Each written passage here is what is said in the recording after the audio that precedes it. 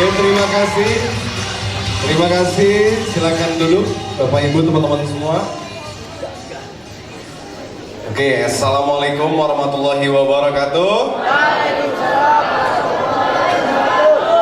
Luar biasa, tidak lupa kita bersyukur kepada Allah Subhanahu wa Ta'ala yang telah memberikan kesempatan kita untuk terus-menerus saling memperbaiki dan membangun karakter kita lebih baik. Tadi dari sebelumnya banyak guru-guru saya yang sebelumnya sudah banyak memberikan sejarah dalam kehidupannya membangun bisnis ini, betul ya? Karena kita semua sebagai orang yang ingin selalu membangun, sehebat-hebatnya ilmu adalah ilmu dari sejarahnya orang sukses, betul? Kemudian saya pribadi pun membangun bisnis ini dengan satu tujuan, yaitu ingin meraih impian. Artinya teman-teman, kalau kita semua di sini saksikan sama-sama, semua orang yang bergabung Melia pasti karena dia punya impian, betul? Karena yakin impiannya bisa diraih di Melia Sehat Sejahtera. Begitupun saya pribadi. Saya join di Melia Sehat Sejahtera karena saya percaya Melia kendaraan yang tepat untuk mengantarkan saya meraih mimpi-mimpi besar saya. Itulah yang menjadi tujuan utama. Artinya teman-teman semua, kita semua mau. Saya pribadi mau prospek dan teman-teman semua mau prospek. Mau ditolak dan mau dicemooh dan lain-lain, itu karena kita mau sukses, betul?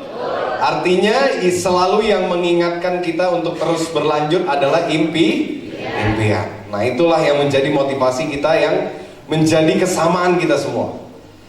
Saya memulai bisnis ini pun membangun di tahap awal, melakukan sponsoring, mengundang ke pertemuan. Tahapan terbaik dalam membangun bisnis ini adalah ketika kita selalu aktif di pertemuan. Karena saya selalu menggambarkan di diri saya ketika saya menyaksikan banyak crossline. Saya dulu awal kali berkembang di Melia karena banyak crossline yang menjadi tempat saya belajar. Jadi saya dulu numpang di pertemuan-pertemuan dulu di Jakarta, di Jabodetabek itu saya numpang di crossline karena saya dulu belum bisa buat pertemuan dan saya belum bisa ngajarin jaringan tapi udah punya jaringan. Jadi bingung gimana nih ngajarinnya. Akhirnya saya bawa jaringan saya ke crossline. Jadi saya belajar, dia juga belajar. Artinya apa? Di saat saya ingin belajar, saya nggak mau meninggalkan waktu downline juga harus belajar. Karena untuk sukses kita harus punya sahabat terdekat dalam membangun bisnis ini, betul? Yang memiliki kualitas yang tidak jauh beda dengan kita, betul ya? Itu yang saya lakukan. Jadi ya tahap awal itu selalu membawa teman-teman di tahap awal merintis, saya bawa ke pertemuan crossline, saya belajar dan mereka juga menyaksikan bersama. Artinya mengalami tahapan yang juga bareng-bareng, betul ya? Tidak ada saling menilai, tidak ada saling membanding-bandingkan, selalu kompak karena punya tujuan yang sama, yaitu mengangkat harkat martabat keluarga, betul ya? Kita sama-sama orang-orang yang memang dari hal yang mendasar, tidak punya apa-apa, ingin punya segalanya. Sehingga dalam tujuan yang sama, saya selalu menjaga sahabat-sahabat saya di tahap awal merintis untuk terus bareng-bareng membangun bisnis ini. Ada training ikut bareng-bareng, ada OPP ngundang bareng-bareng, saling memotivasi, memperlihatkan sponsor satu sama lain. Kemudian menceritakan keseruan-keseruan di lapangan. Tahu nggak? Tadi yang nolak lucu banget. Mungkin Anda juga ngalamin, betul ya? Jadi ketika ditolak nggak sedih-sedihan, betul ya? Malah ceng-cengan gitu, bercanda-bercanda. Di orangnya yang nolak tadi lucu banget, udah nggak punya apa-apa nolak lagi, bego tuh orang. Jadi macam-macam karakter yang timbul pada saat itu. Karena dasarnya kita nggak punya karakter yang hebat, nggak punya ilmu apa-apa, tapi ingin Jadi dari segi lisan masih berantakan, dari bahasa masih berantakan, dari pola pikir masih maunya sendiri. Kemudian dari hari-hari hidup kita masih dengan merasa, wah dengan gaya ini gue bisa sukses kok. Padahal ternyata ujung-ujungnya harus kembali ke track ISN. Jadi hanya buang waktu, tapi buang waktu itu pun jadi seru. Kenapa? Karena kita jadi tahu kesalahan itu ternyata nggak nikmat, betul nggak? Karena akibat kesalahan itu jadinya saya makan nasi warteg bertiga. Waktu itu saya merintis pertama, saya Akram Jaber bertiga. Inilah orang yang gak hilang-hilang dari Melia. Jadi di tahap awal saya merintis pun banyak leader-leader, artinya orang-orang yang dulunya saya yakin pasti sukses di Melia, 6 bulan gak ada. Betul ya? Banyak yang seperti itu. Artinya apa? Banyak yang over motivasi atau over kepercayaan diri, lupa bahwa sukses adalah kepastian bagi kita yang melakukan cara yang benar. Itu aja kok. Sukses di Melia gimana sih caranya? ISN, betul ya? Nggak ada. Selanjutnya adalah misteri rezeki, betul ya? Saya prospek, saya bangun home prospek. Saya dulu seminggu gabung buka home prospek. Jadi gara-gara saya dulu pokoknya ngebangun, lihat top-top leader punya apa, saya merasa saya harus punya juga. Saya lihat top-top leader punya home prospek, saya harus punya juga nih. Berarti yang sukses di Melia ini yang punya home prospek. Itu. Padahal saya nggak ngerti apa-apa. Pokoknya saya cuma mikir apa yang saya lihat, berarti itu catatannya. Saya buat home prospek, nulis 5 pilar masih berantakan, tapi punya. Kalau kata leader-leader sekarang kan, top-top leader kita. Walaupun saya dulu pas beli Mercy nggak ngerti pencetan-pencetannya, tapi punya, betul nggak? Banyak yang ngerti nggak punya Contohnya siapa ya? Salesnya, betul nggak? Betul? Artinya seperti itu. Saya juga dulu nggak ngerti. Yang saya cuma pahami apa? Apa yang upline saya punya, upline sukses punya, pasti saya harus punya. Urusan bisa nggak bisa urusan nanti. Buat home prospect. Dulu yang saya tunjukin cuma handphone. Kalau sekarang kan enak, Anda edifikasi top leadernya Mercy, mobil keren, rumah, betul nggak? Kalau dulu handphone aja, itu edifikasinya udah luar biasa, betul nggak? Tahu nggak, gue 2 minggu beli handphone. Karena pada saat itu saya sebagai pelaku yang beli handphone. Saya tuh bangganya beli handphone. Anda tahu saya ini dulunya. Jadi ada saat ini dulunya handphone itu kalau home prospek ditunjukin. Di kantong tuh saya munculin. Masih zaman saya home prospek pakai celana pendek.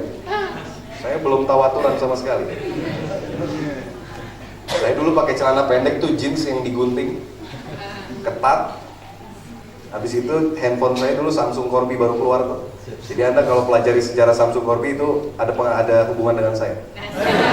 Maksudnya pada saat itu keluar saya baru pertama beli handphone baru. Taruh di sini, jalan itu baju harus ketat jadi kelihatan begini. Betul nggak? Mungkin teman-teman tertawa, tapi Anda harus tahu orang yang sukses di MLM adalah orang yang norak, benar? Betul. Yang kebanyakan gengsi nggak punya apa-apa. Karena terlalu banyak menganalisa, menilai-nilai, membanding-bandingkan kinerja orang lain dengan dirinya. Betul.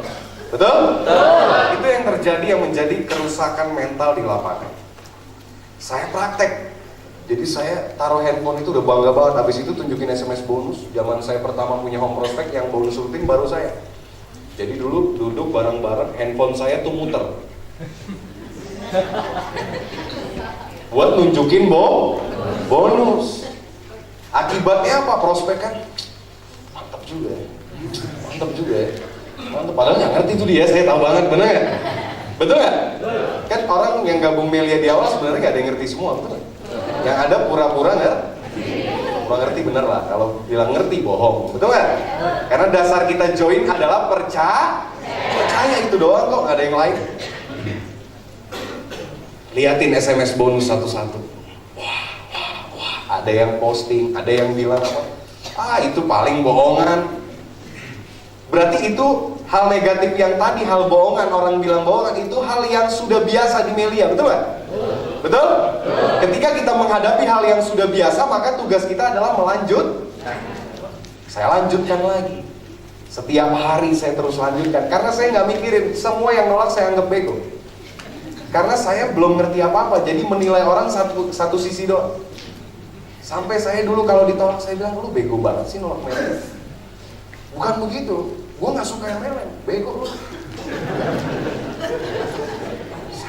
Karena memang saya gak ngerti, betul gak? Tapi yang dibawa masih karakter lah. Itulah Melia. Akibat Melia lah kita mengalami transformasi, transisi karakter berulang, betul gak? Sampai menjadi manusia yang dewasa dan punya segalanya, betul gak? Sehingga saya mulai praktek lagi, saya bilang ini kok apa bahasa saya ini salah, saya mulai evaluasi.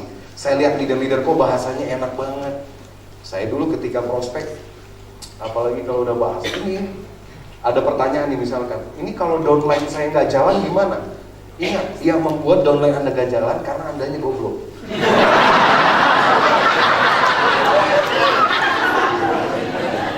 Jadi dulu ini saya jujur, betul nggak? Jadi Anda jangan ada yang tersinggung.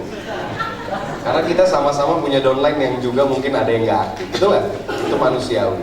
Nah kemudian saya lanjutkan lagi, saya mikir-mikir ini kok leader bahasanya enak, jadi posting-posting. Oh ternyata orang posting karena bahasanya bener. Besok saya perbaiki bahasa.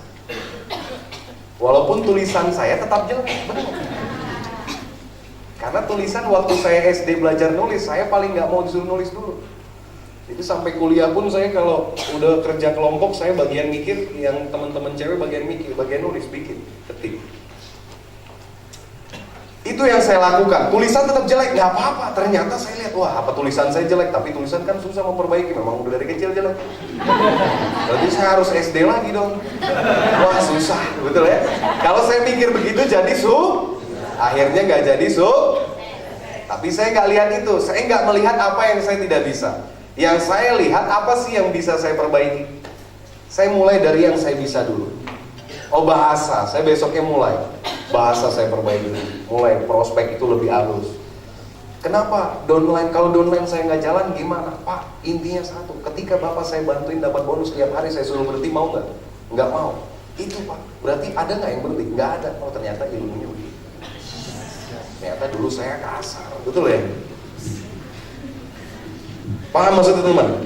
Artinya ada proses yang saya bangun untuk terus memperbaiki, betul nggak?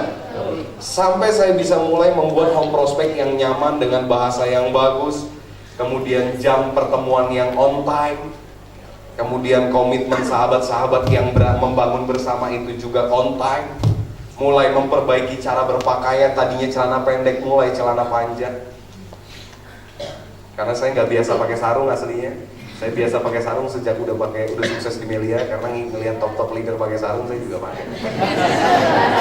Jadi tetap nggak hilang apa yang saya lihat saya ikuti, betul nggak? Tapi untungnya saya lihat upline pakai Mercy, saya pakai Mercy juga.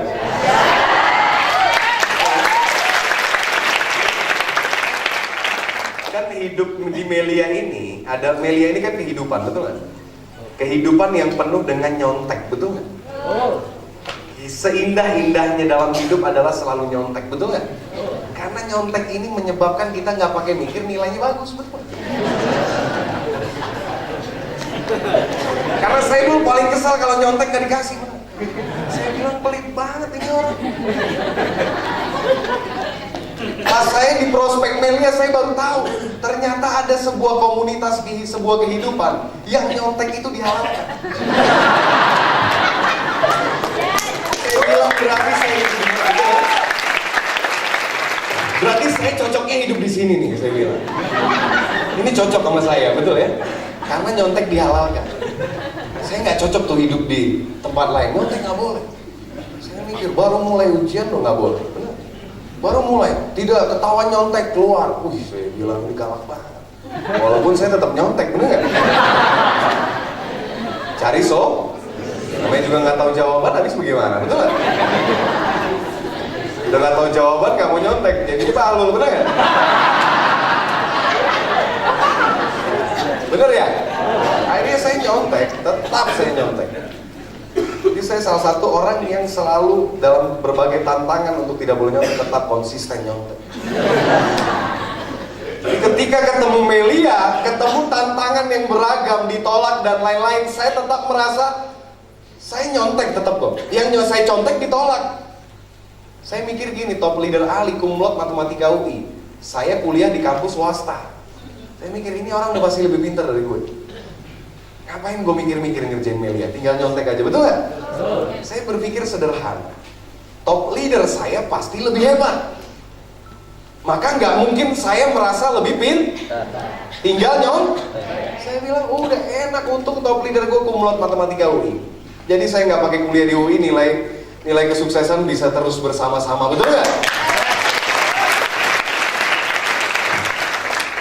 Enak nggak? Benar. Saya nggak ngebayangin kalau saya hidup di luar.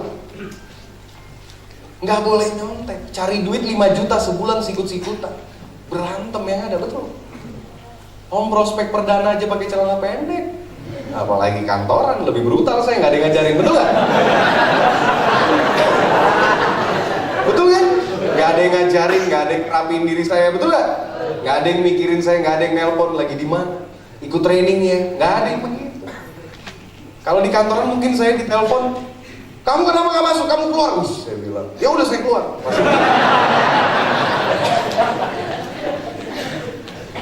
Begitu ya, betul ya? Karena yang paling sulit adalah menguasai diri kita. Makanya saya bilang, untung top leader kita ini orang-orang hebat, betul nggak? Sabarnya nggak ketulungan. Karena apa? Hal yang paling dahsyat adalah menguasai orang lain, betul nggak? Karena orang yang bisa menguasai orang lain adalah orang yang bisa menguasai dirinya sendiri, betul ya? Saya belajar lagi, saya praktek, saya lihat OPP zaman CTU di Tebet, Pak top leader Ali buat OPP. Pada saat itu leader Ahmad Kai dapat tempat, leader Ahmad Kai cerita sama Bang Ali, ada tempat bagus kita bikin OPP. Saya nonton. Waktu itu saya masih gayanya masih anak kampus, pakaian casual aja, pakai converse yang bolong-bolong, pakai polo shirt, berdiri di belakang di OPP, bawa jaringan sama undangan, ngeliatin OPP. Saya mikir, wah ini bagus juga nih, ini baru nih, saya bilang, berarti besok saya harus buat juga nih. Akhirnya apa? Nggak lama, nggak sampai sebulan dari itu saya buat juga OPP. Saya buat OPP undangan yang 4 orang.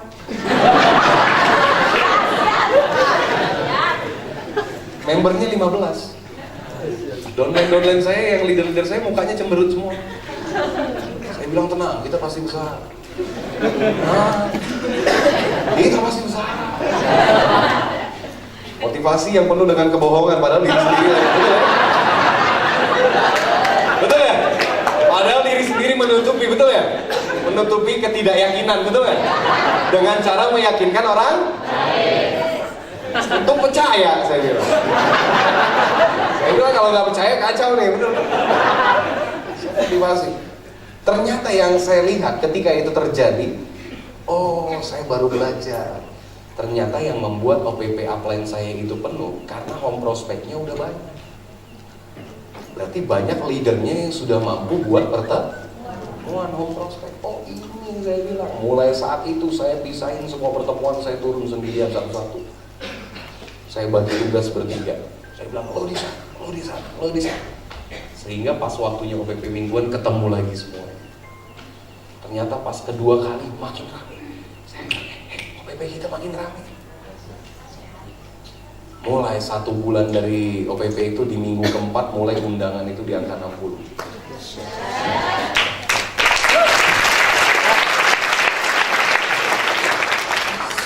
Dari situ saya bangga banget. Wow, gue punya OPP undangan 60 orang. Keren dong gue. Gue punya OPP kan? Limited edition, jarang udah punya OPP, gue punya. Tapi pada saat itu saya mikir lagi, berarti saya udah yang paling mahal apa? Sudah dapat kuncinya, betul nggak? Saya lakukan lagi, saya tingkatkan lagi kuantitasnya, prospek dan jumlah orang yang ada di pertemuan. Sehingga 3 bulan kemudian, masuk bulan keempat, undangan sudah di angka 300 orang.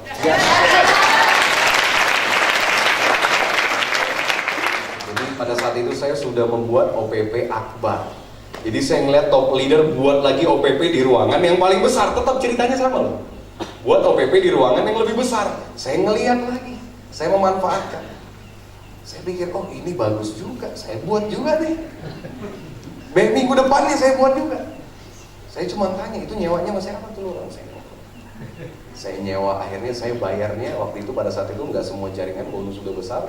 Jadi pertemuan 1 kali itu 1 juta, saya sendiri itu bisa 800. Saya nggak mau tahu, pokoknya jaringan bilang ini kita mungkin, saya nggak mau ada omongan patungan berat dan lain-lain, udah yang banyak duit gua aja deh. Kalau lo nggak mau banyak, bener. Akhirnya semuanya baru sadar pada saat OPP Akbar undangan melonjak total bersama member itu yang datang 600-700 setiap OPP.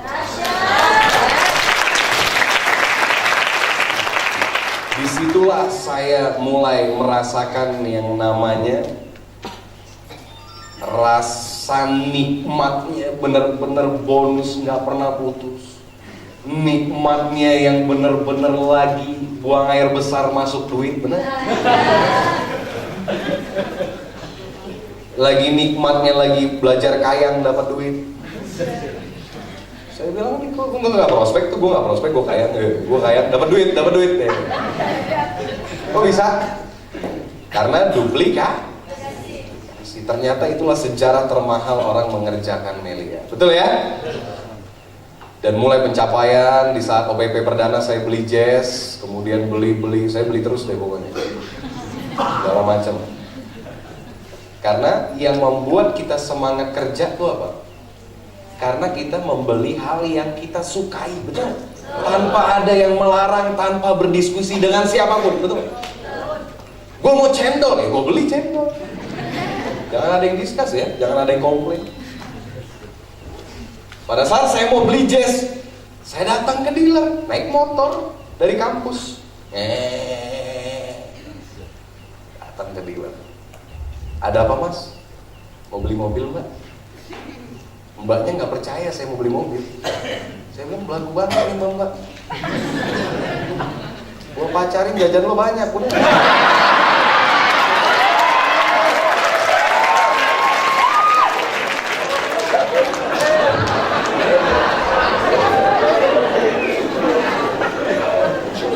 Untung saya tidak memutuskan itu, betul ya? Untung keputusannya bukan itu pada saat itu. Karena mengambil keputusan seperti itu sangat mudah dan cobaannya sangat besar. Dan ternyata itu tantangan sebesar-besarnya tantangan leader menuju menjadi orang yang hebat, betul? Menguasai diri. Saya bilang, oh mbak, dia bilang saya dikasih diskonnya kecil. Saya dapat 20 juta, ya udah mas beli di sana. Awas sebenarnya. Gue gak beli dulu. Saya naik motor lagi naik Mio. Mentang-mentang gue naik Mio, dia gak tau gue lagi mau naik derajat.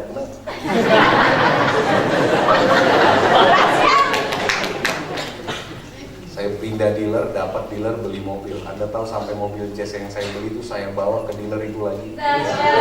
Gara-gara buat nunjukin bahwa gue beli beneran. Namanya juga anak kecil, bener nggak? Anak kecil kalau kaya kan begitu, betul nggak? Siapa suruh kaya dari kecil, betul nggak? Siapa suruh jadi member Melia Sehat Sejahtera?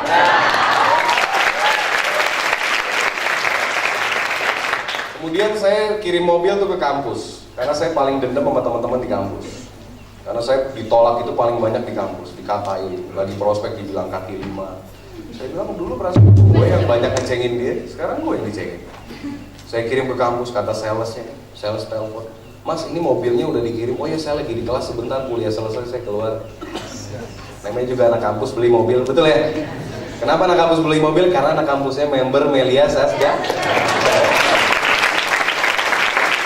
Dan selanjutnya pokoknya panjang lah, saya keluar negeri, mulai kapal pesiar naik. Saya bingung, ini kapal kok gede banget, nyucinya gimana?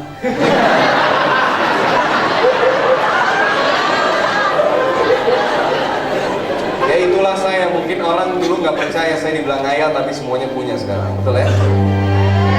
Mulai saya beli lagi, apa namanya, terus saya nangis ini, betul ya? Saya beli kapal pesiar, betul ya? Saya beli kapal pesiar lagi kan? Amin, amin. Saya bilang sama downline saya bilang, ini kan yang dihadiahin sama MLM lain yang dibilang dapat kapal pesiar, kapalnya kita naik, daripada nunggu beli kemudian nyewa, betul ya? Mungkin saya di Melia nggak dibohongin, betul ya? Kasian anda yang udah pernah dibohongin, mungkin mantan MLM lain. Saya naik kapal pesiar, saya pulang dari kapal pesiar, terus saya nanya lagi sama upline harus beli apa lagi. Akhirnya saya ikutin, pokoknya saya sampai hal yang barang yang saya beli aja nanya. Kalau nggak nanya orang tua, nanya apa ya? Karena saya bingung menentukan apa yang harus saya lakukan, dari mulai cara kerja sampai beli apa. Orang yang benar-benar nol. Terus habis itu ibu saya ajak ke dealer ajak pameran mobil, kata ibu saya, nah kamu udah nggak cocok, badan kamu udah mulai gemukan, jangan pakai mobil kecil. Oh gitu. Pakai mobil apa Pak? CR-V. Oh gitu, ya udah siap. Mas, saya mau beli CR-V mas. Beli, kalau udah di fase itu saya udah tinggal beli-beli terus. Kenapa? Karena sudah terduplikasi. Pokoknya poin yang menarik itu dari awal sampai beli jazz. Selepas itu udah tinggal beli apapun yang kita mau. Kenapa? Karena sudah ngerti. Jadi jangan kaget kalau ada leader habis beli mobil biasa terus beli mobil mahal. Itu faktor sudah mengerti dan terus upgrade menjalankan tugasnya. Betul ya? Jadi simple sampai akhirnya beli rumah, beli Mercy. Alhamdulillah semuanya saya udah beli cash sekarang. Saya nggak punya tagihan, saya beli Mercy udah cash, beli rumah cash dan lain-lain. Macam-macam, keliling dunia, lihat suasana Eropa yang begitu menarik, betul ya? Melihat dingin-dingin di Menara Eiffel, makan siang bareng-bareng sama teman-teman yang merintis bareng. Kata top leader Pak Roy, gimana, enak nggak makan di sini? Enak Pak. Berarti gimana kita lanjutkan nggak Melia? Saya bilang ditanyanya di Eiffel lagi, betul ya? Dia lanjut, betul ya? Artinya apa teman-teman? Melia itu indah, betul ya? Melia itu penuh dengan sejarah. Banyak leader yang punya sejarah, mungkin saya bukan yang terbaik, tapi semua orang punya histori, punya sejarah, betul ya? Dari histori itulah kita bisa belajar, dari histori itulah kita bisa menjadi lebih besar, lebih sukses lagi, lebih baik lagi, dan bisa punya jaringan di seluruh negeri ini, dari Aceh sampai Papua bergerak dengan sangat cepat. Sukses buat kita semua. Terima kasih. Assalamualaikum warahmatullahi wabarakatuh.